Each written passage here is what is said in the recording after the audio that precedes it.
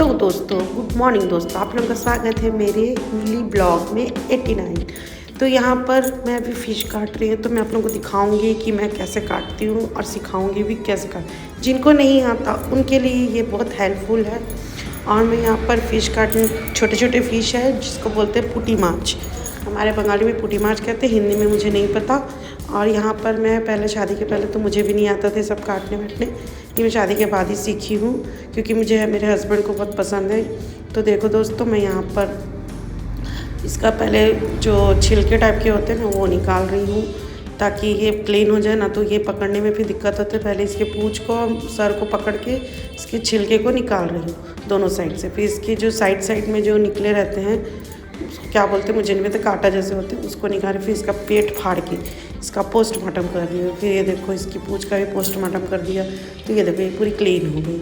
छोटी सी फिश है, खाने में बहुत टेस्टी लगती है। इसका कुछ भी बनाओ, भापा बनाओ या केले पत्ते में बनाओ, कुछ भी बनाओ, अच्छा लगता है, बहुत अच्छा लगता है इसकी सब्ज़ी।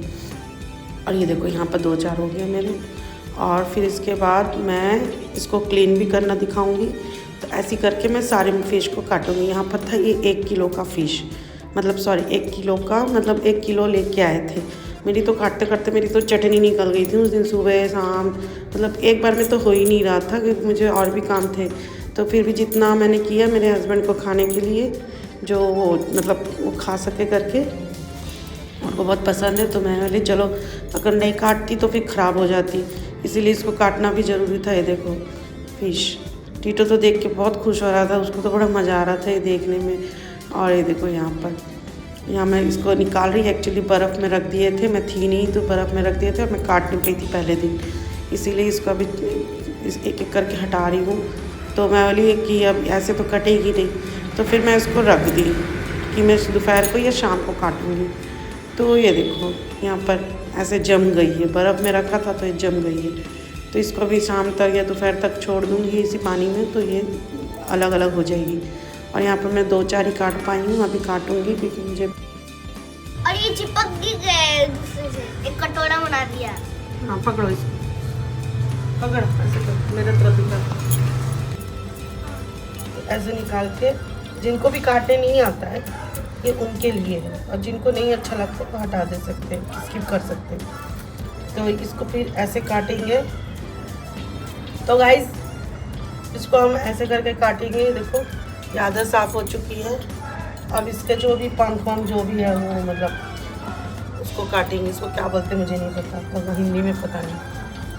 तो ये देखिए इसका ये निकालेंगे, इसके पेट को काटेंगे, इसके पेट में जो भी गंदगी वो निकल जाएगी। इसको ऐसे दबाना पड़ता है, ये देखो ऐसे दबाएंगे।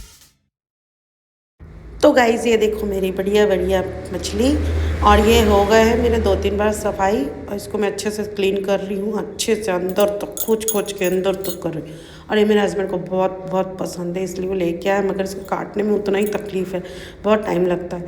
तो ये देखो मैं यहाँ पर फिर सफाई करूँगी, इसको धोऊँगी अच्छे से ताकि खाने में और स्वाद आ जाए। मेरी मम्मी कहती थी जितना इसको धोगे मछलियों को उतना स्वाद आता है, और चिकन मटन को जितना कम धोगे उतना स्वाद आता है। तो ये रहा आज का मेरा ब्लॉग। तो प्लीज़ आप लोगों को मेरा ब्लॉग पसंद आया हो तो प्लीज़ लाइक शेयर और सब्सक्राइब करना मत भूलना, और कमेंट कुछ भी कर दो, अच्छा करो बुरा करो, अब क्या ही करना है, जो मन है वो कर दो।